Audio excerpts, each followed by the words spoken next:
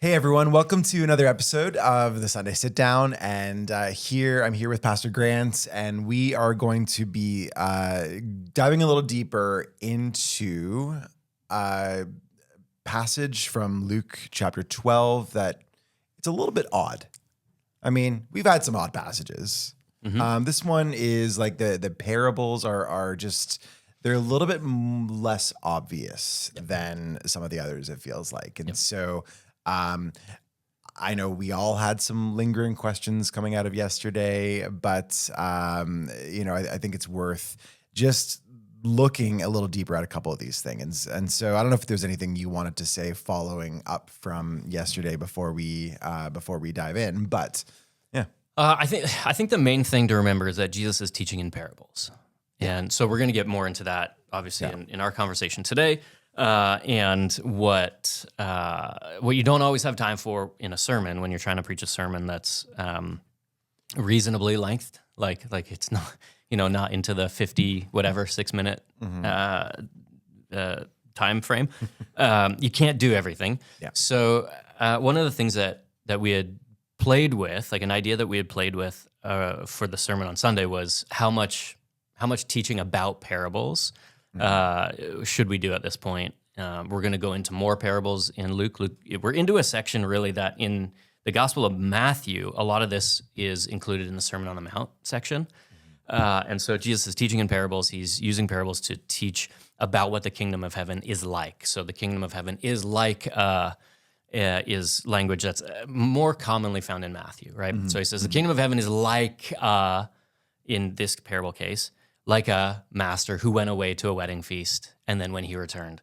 So Jesus is trying to give us snippets or like a vision of what the kingdom of heaven is like by using, for his day, modern day analogies, modern day stories, modern day examples that everybody would be familiar with. Yeah. So I think that's a helpful place to start, just to say that Jesus is not, he's not drawing like literal one-to-one connections all the time with his parables. In fact, you kind of have to zoom out and try to take, like, there's a nugget of truth here. There's something very profoundly true about the kingdom that Jesus is trying to communicate. But if you get too into the weeds on each parable and each person and how do they line up, it can be really complicated, or really difficult, I should say, to then walk away with what actually is that nugget of truth about the kingdom. So one really good example of that is you have this opening parable where Jesus says, be dressed and ready for service, keep your lamps burning. We talked about the imagery there, calling back to Israel and God's command to keep your loins girded about, like your cloak kind of wrapped up around your waist, tied in a belt, ready to run, ready for action. Because then he says, because the master is returning to the house at an unknown hour. Like that's the so what, the why. And so he's saying, okay, be like a servant who's ready for his master to return in the night so that you, servant, can open the door. So in that parable, are we to think, okay, is Jesus is the master, right? And well, like the answer is yes and no. Like Jesus is not a master of slaves in exactly a one-to-one way that the people would have been thinking, but they can picture him that. So the reason I start off by saying that is then if you hop down a bit, then it turns and it says, well, if the master knew that at what hour the thief was coming, then he wouldn't have left his house unguarded. So is Jesus the thief? Like other verses talk about what Jesus says, like, thief in the night. Thief in the night. Yeah. So, like, what's going on? Is Jesus the master? Is he the thief? Is he mixing his metaphors? Both? Yeah. So no. And the answer is yes and no. Yeah. Right? Because what he's trying to communicate is that so what is certain? That Jesus is returning. The kingdom is coming, right? That the Son of Man is arriving. That is a already and a not yet reality. There's certainty. Jesus wants us to think, okay, there's certainty to the fact that he is arriving, that the kingdom is coming, that the Son of Man is here and will yet also come. Yeah. But there's also uncertainty. There's not uncertainty whether or not it will happen, but only about the timing. And Christians, I would say, especially modern Christians, can tend to fixate on some of those things. Not all branches of Christianity. I think there are some branches that perhaps focus a little bit more than others, but fixate perhaps even in an unhealthy way. And, it's a little bit more of a caricature, but you even think about like this past fall, we had a incorrect rapture prediction yet again, but people get really like, I think there was like a book in like the 80s, was it like 88 reasons why Jesus will return in 1988, and it was like, it continued, right? And people have been like obsessed with this for decades, centuries. And yet like when you go back into the scriptures, there is at least some theories from biblical scholars that like Paul thought that the return of Christ was imminent in his day, in his lifetime, in his lifetime, right? And so like that is very, like we are 2,000 years later, right? And it's just we can lose the broader point, which I think is what you're trying to say, is that we can lose the broader point of what Jesus is trying to say by fixating on one aspect or one small portion. Yeah. So if you zoom too far in, like too close to a parable, it starts to fall apart. Just like any metaphor, any analogy, stretched beyond its capacity is going to break. Yeah. And I think really what Jesus is trying to do is communicate truths about the kingdom using modern day to them, modern day stories and examples that people go, oh yeah, okay, we know what that's like. All right, he's saying this is important. There's something important for us to do. There's urgency here. We don't know, like a servant wouldn't know exactly when the master was coming back, but that adds to the urgency of it. Yeah. Right? Do your job, like do the right thing, do the thing that you know to be the good and right thing inside of the ecosystem, and I think one of the harder things to tease out is, and you will be rewarded. Like there's some measure of reward and punishment. We can get to that, a little later on. And we will. Yeah.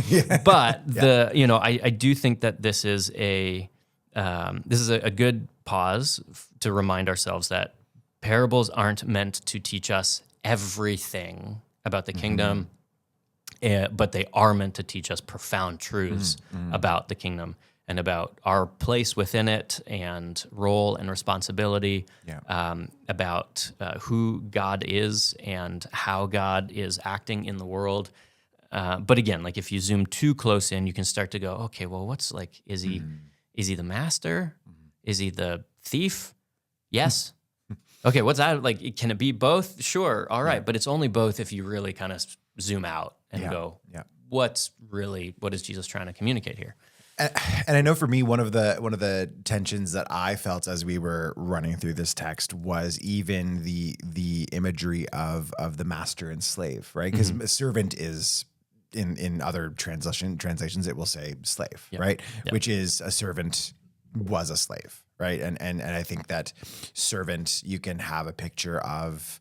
I think when we talked about like you could have the picture potentially of like a butler or a house servant of some kind who's like it was not that, right? Yeah. It was the institution of slavery that was normative in Jesus's day, that was an assumed reality. Yeah. Yeah. Yeah, with the caveat, and not to explain it away or just say, well, it's fine, but with the caveat that it looked very different than what we tend to picture as slavery in like the post-transatlantic slave trade era, right? Yeah. So indentured servitude, elective servitude, all of those were different options within. I think the thing that is important to notice about the way the household was viewed in Jesus's day, and again, not to say this is right or wrong, but to say that servants were considered part of the same household as their master. So yes, and it's important to remember, yes, they were polar opposites of that household, but they were considered part of the household. And part of its management and part of its proper management was to take care of these people. So we have a really hard time with like the master and slave language, and tend to either like hyper spiritualize it or throw it out. Yeah. And it's like, well, you just have to, you've got to face it. And again, I do think there's a, similar to the parables,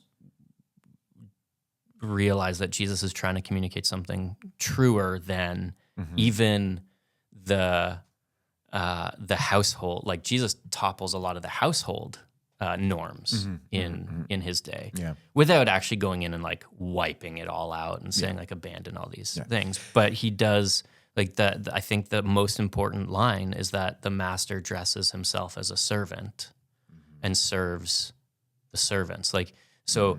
What Jesus does is he uses this institution, this household imagery. He acknowledges the polar opposite ends that a master and servant would be on, and they were, and for very real and complicated reasons. But then he flips it. Yeah. And he says, actually, at the end of the day, what the kingdom does is flips this entire thing on its head. So that the master is the one who serves, and the servant is the one who is placed at the table and who reclines at the table. Like that's the language. So I think the challenge for us, and I just want to name this, like I get the temptation to either like hyper spiritualize it, and also the temptation to throw it out. I think we can't comprehend that flip of like the master taking the role of the servant without embracing the hard reality of the master and servant power dynamic that existed, and just leaning into that rather than shying away. And that's what I'm trying to sort of like become better at. That's just personally, I'm like, you know what? There's a part of me that really does not like when we start talking about those difficult institutions like slavery and whatnot. And so I can tend to want to shy away from them. But I think that I can miss out on the beauty of the flip of that image if I don't feel the weight of the inverse. Right. Yeah. And what a way to say. So for, I don't know if this is, I don't think this is, happy podcast feels on a Monday morning. But like the reality is that and I don't have stats immediately in front of me, but I believe it's true, and we can fact check this and put it in the edit if it's not, but there are more people in slavery today than have been, not cumulatively throughout human history, but more today than many other generations previously. And I almost want to say more, period, than there has been. Again, not cumulatively over the years, but in each kind of era.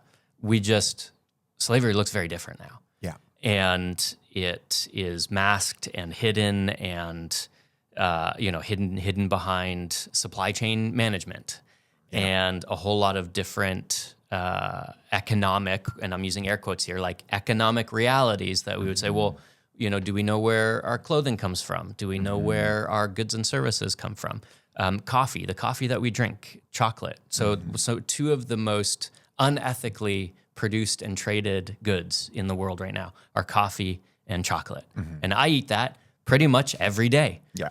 I think that what a beautiful way to be able to say definitively, no, Christian, follower of Jesus, you need to live your life in a way that pushes against and firmly like renounces any institution of slavery. Yes. Modern or ancient. Yeah. Like that is the reality. So to read this and to go, there was a slave master relationship and that's just the way it was. That's not to condone slavery. No. That's not to condone the relationship. It's to acknowledge the hard truth that this is the way it was. And here's the beauty, like the beautiful turn that Jesus makes is that the master will take the place of a servant. So how else are we supposed to live now as followers of Jesus other than to say those institutions categorically wrong.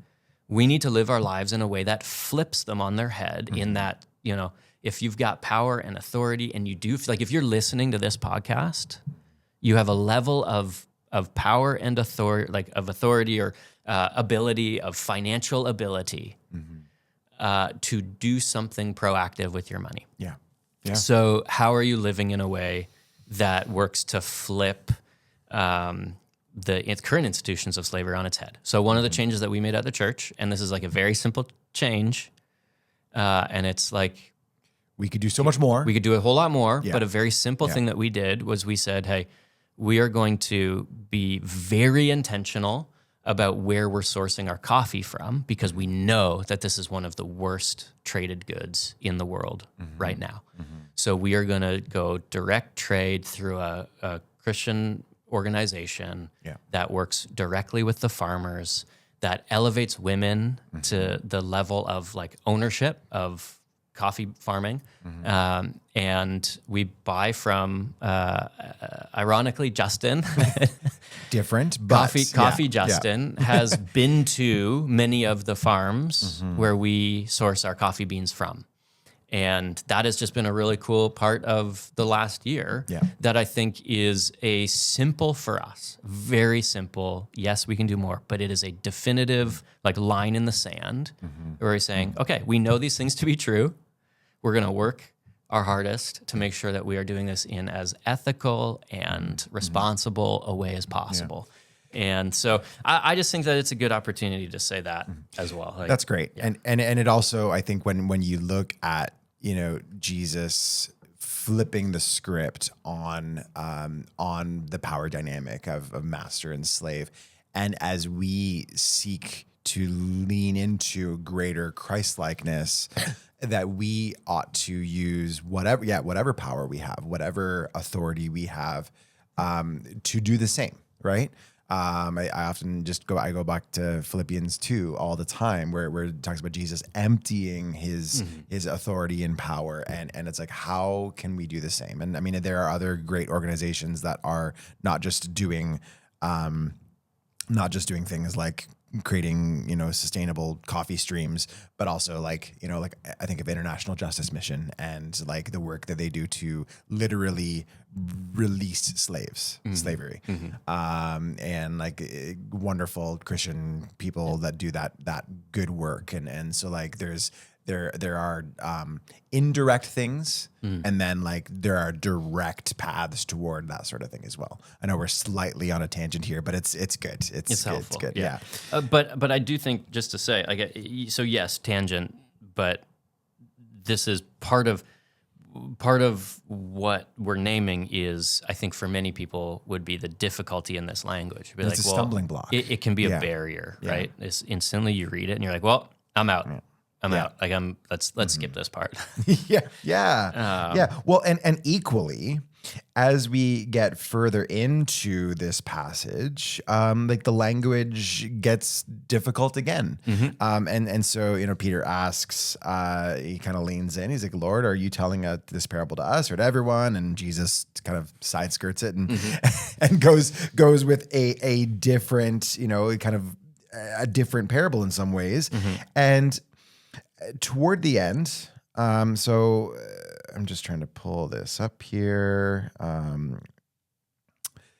So if we go to like verse 45, but suppose the servant says to himself, my master is taking a long time in coming. And then he begins to beat the other servants, both men and women, and to eat and drink and get drunk. So obviously not, exercising the authority that's been bestowed to him very well. And then the master of the servant will come on a day when he does not expect him, and at an hour he is not aware of, and he will cut him to pieces and assign him a place with the unbelievers.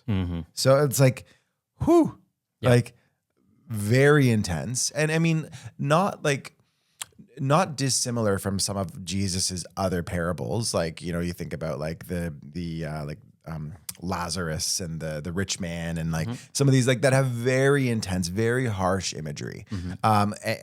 This one in particular, he will cut him to pieces. And you made a couple linguistic discoveries as you were looking, at commentaries and yeah. Yeah, again, like this doesn't make the sermon No. necessarily, right? Because it would be a distraction, I think. Yeah. I think I think it's helpful to back up. Okay. So Jesus starts by saying, a faithful and sensible servant is one whom the master can give the responsibility of managing his other household servants. So here's the one who is put in charge. So it's the master elevates one. Again, this is the role of household manager would be the language. And yes, would be a servant, but would be in charge of all of the other servants. Now, like Joseph from the when he's put into slavery in Egypt. And yes. Yeah, absolutely. Yeah. That's a really good example. So he, the servant is put in charge. He's the one responsible for, and I think this is important, the daily provision of food for the other servants. So his responsibility is actually the well-being of the other servants. So again, it's a level of authority, but what Jesus constantly does is challenge the idea of authority and elevate it beyond just power and influence over people, but responsibility for their care. And so that's the piece that is so, I think it's easy for us to jump to the punishment piece, but we have to realize that what Jesus is saying here in some way is that this is not, this isn't the punishment for a servant who fell asleep, right? It's like, oh, buddy fell asleep, couldn't stay awake. Yeah. And the master came home and he had to, knock on the door an extra 3 times, and the servant woke up. Like that's not the part of the parable that we're at. We're at a very different part which is, no, I am I'm giving you authority, I'm giving you responsibility, take care of these people. And that servant goes out and does the exact literal opposite. Instead of taking care of them and their needs, he indulges in his own desires and overindulges. So he eats extra portions. That's the implication here. He gets drunk. So he takes what was, here's the way I read this. He takes what was intended for others' well-being and uses it for his own personal overindulgence. Yeah. And so that's, not only is he not taking care of the people who have been placed in his charge, but he is living in a way that actually is selfish and self-serving to their detriment, is the way I read this. Not only just to their full forgetfulness. I'm going to go over here, I'm going to go off into town and do my thing, and you guys still have what you need. It's like the implication here is that he's doing it. What he is doing is actually harming those other servants, not just neglecting them, not just forgetting about them, I should say. Actively hurting. Yeah. So that is what Jesus is commenting on when then he comes back and says, no, that servant who is given responsibility and trust over these people, the punishment for that servant will be greater than for others who just didn't do what was right because they didn't know, or who were trying to do the right thing and didn't.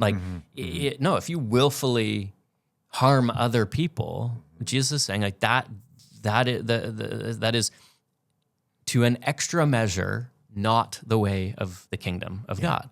Yeah. And there will be a reckoning for that.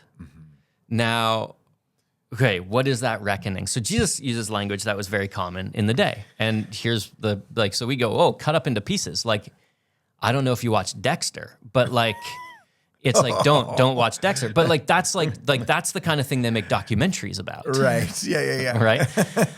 It's disturbing. I mean, my mind went to, I think it's toward the end of the book of Judges, and that awful story where the body gets cut up into multiple pieces, and now that we're in PG-13 territory for this podcast, and gets sent to the 12 tribes of Israel, and it was I don't know, it's gruesome. However you cut it. So is it literal? Is it is it not?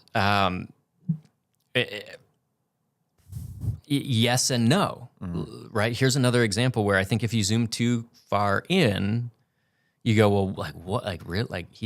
who's going to get cut up? Like, that's brutal. What does Jesus mean? Well, for starters, he says cut up or cut to pieces and given a place with the unbelievers. So that's a qualifying statement. And given a place with the unbelievers is qualifying what it means to be cut up or cut to pieces. When you look a little look like a little deeper in that like the Greek word cut to pieces, what we translate cut to pieces, it literally means bisect, cut off, or cut away. And so, this is still harsh language. Yeah. I think about somebody who has surgery to remove a tumor. You want to cut off that dead, like, tumor, cancerous cell mass so that everything else can live. Yeah. I don't think what Jesus is saying is that, hey, you got to be worried that, if you don't exercise your authority properly, like, when the Son of Man returns, he's going to cut you up into little pieces and, like, throw you in a ditch. Like, that's not literally what he's saying. I think what he's saying is, in some ways, a harsher punishment, which is what Jesus is saying is, that servant ought to be cut out of the household entirely. Yeah. And banished, cut out and removed for the sake of everybody else, for the sake of the other servants and their well-being, for the sake of that household management. You need to cut that one manager off and away so that they, like, for their protection. Yeah. Yeah. And so it's cut off, cut away, remove, bisect, but it's really this implication of, that one will be cut away and removed for the health of these other individuals. So you think about it more holistically, as opposed to, like, the human being, like the single human being the whole. Think about the household as being the whole. So that household gets cut to pieces, right? Right. And it certainly makes it less gruesome, but obviously the reality is still harsh. And the thing that I'm thinking about, because this is a person who has abused what authority they've been given, and they've harmed people in their household. They've neglected their responsibilities and duties. I think about, and I think we can look at our profession as pastors, and we all know stories. You don't have to look very hard to see them, whether they're in the news or whether they are, just anecdotes that you are aware of, like, of people who have pastors who have abused their authority in some way. And then the question is always, what do you do with them? what do you do? Like, should you throw out all the books that they wrote? Should you, like, should you continue reading them? Like, should you listen to sermons? Like, should we remove all the sermons from a website? Can they be brought back into ministry? Like, these are the we questions. wrestle all this stuff out, like, in real time. Yes. And you don't need to look beyond, like, a month ago in the news to start to see some of these things. But the thing that I'm thinking about is that Jesus certainly seems to have there's an intensity toward the person who has been given that responsibility, which lines up with, for everyone who has been given much, much will be demanded. Yeah. I think it is proportionate to your authority and responsibility. Yeah. Which is why it feels so heinous when someone who has been given this great deal of authority and responsibility, when they abuse that in a profound way. Yeah. So I do think that this is an extra warning to leaders, and especially leaders within the church. Yeah. So I do also think that this is universally applicable to all followers of Jesus. So it can be both of those. I think this is an extra warning to those of us who are in ministry and who have a level of responsibility for a group of people, like within the church. I think this is an extra measure call to us. I also think that you can say to yourself, who have I been placed in authority over. I think this is parents to your children. Yeah. I think this is grandparents to your children and grandchildren. Like, I do think that this is, if you're a manager at work, if you are in any type of leadership authority, and I would almost argue that everybody has influence over or towards, influence over somebody maybe has some challenging dynamics to it, but everybody has influence in their life. And I think any type of authority or influence that you have, this is a warning for you. Yeah. Well, and you could even, maybe this is a little silly, but like, even if you are someone who you may not have authority in a job or in your household, but like, goodness, if you have a cat, if all that you've got is a cat, like how are you exerting your authority kindly over that little creature that, is dependent on you, that's silly. But I think that like, just to say like, it can go from all the way from that to the CEO of an organization. Right. And I mean, also think that it has in some way something to say to the way you lead yourself. Yeah. Right? The way you are toward yourself and toward your own person. And, we all know that we can get into horribly negative cycles of like self-talk.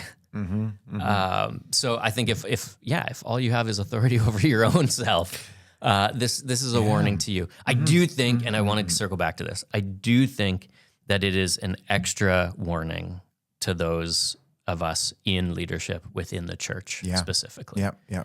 And that is something that I think you and I have talked about and like wrestle out every single time you see somebody within the church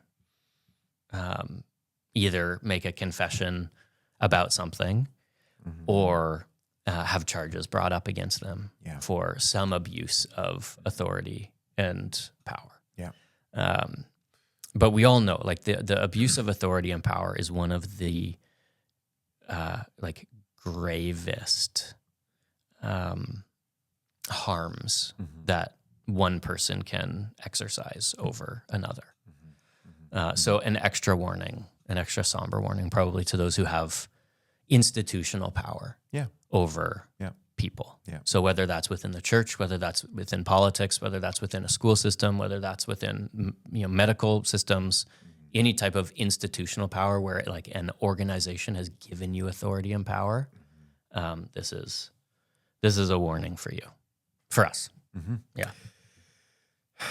So that feels like a bad place to end. Sure. Here's one of the questions that I think you could have reading this parable.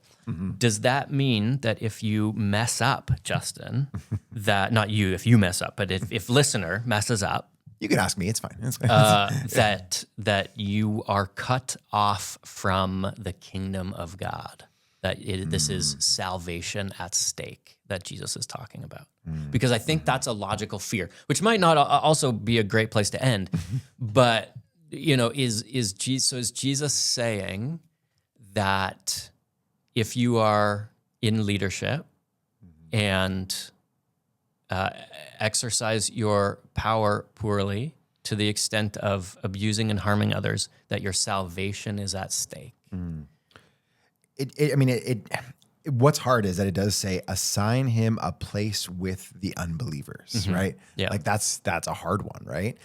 But I have to imagine it, again, this is where you can go too far down the weeds of exploring everything, because it's really got to be about, is the person repentant? Is the person going to seek reconciliation? Is the person like there are so many questions we ought to ask in each scenario as it comes up. Yep. I think in general though, like I think one thing I would feel comfortable inferring from this is that like, hey, that person, the servant leader, whatever we want to call them, they're not going to be in that servant leader role again, even if they've reformed. Yeah. Like that master is not going to put them in that role. Yeah. And to me, that is, a sober warning for those of us in leadership, where if we have abused that authority, we should never presume that we are going to be put in a position of that authority again, right?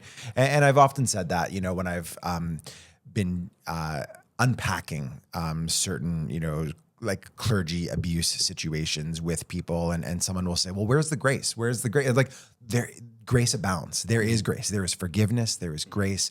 There is reconciliation. All of those things are true. And I can feel myself getting very passionate about this because this is something I feel very strongly about. Yeah. Like, all of those things are true.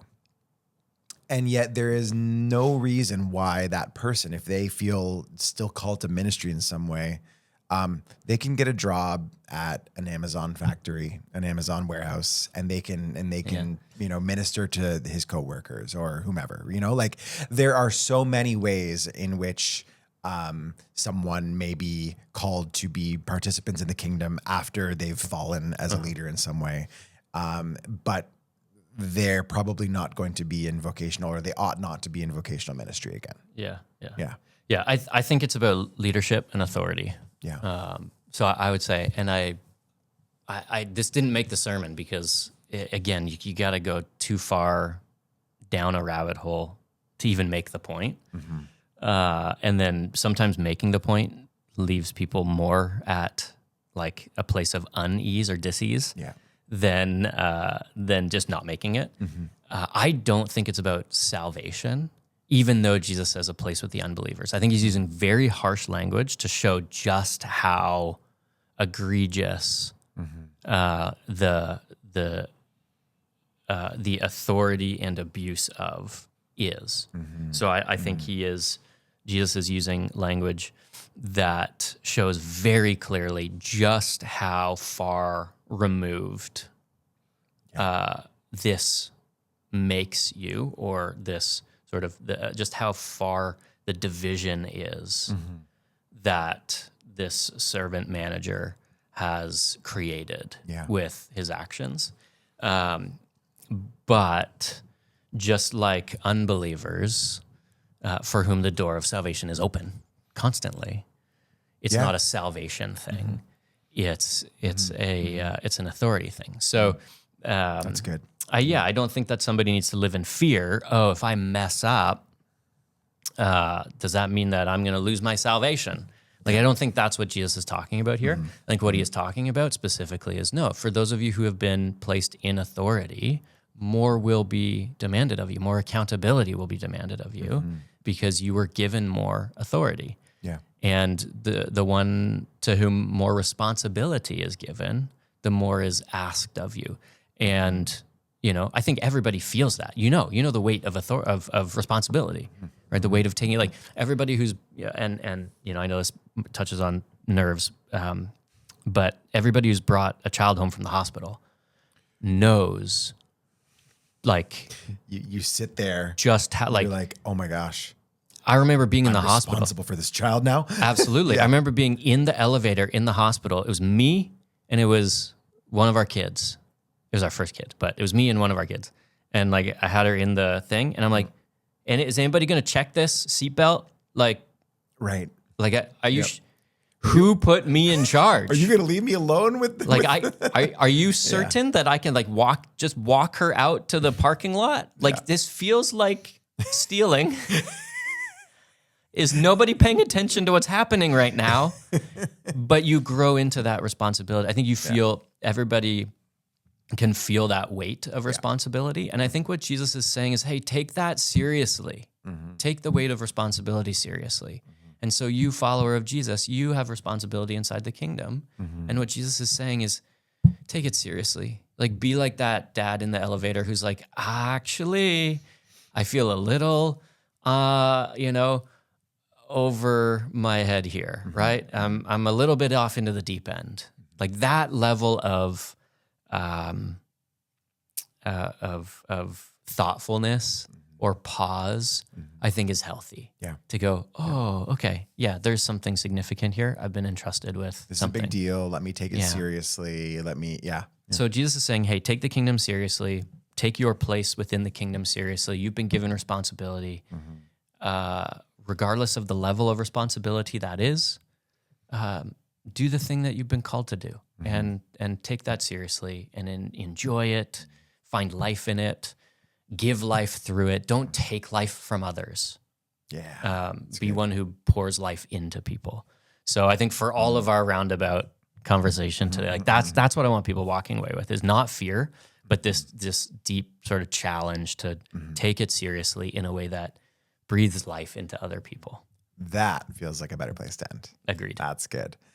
Well, if you are joining us over these weeks, we hope that you'll continue to check us out on Sundays, and also the podcast as we go a little deeper into some of the things we couldn't get to that were left off the cutting floor, so to speak. No pun intended from the actual passage. But we hope that you'll continue to lean into some of the challenges and joys that we find in these passages. And so we'll catch you next time.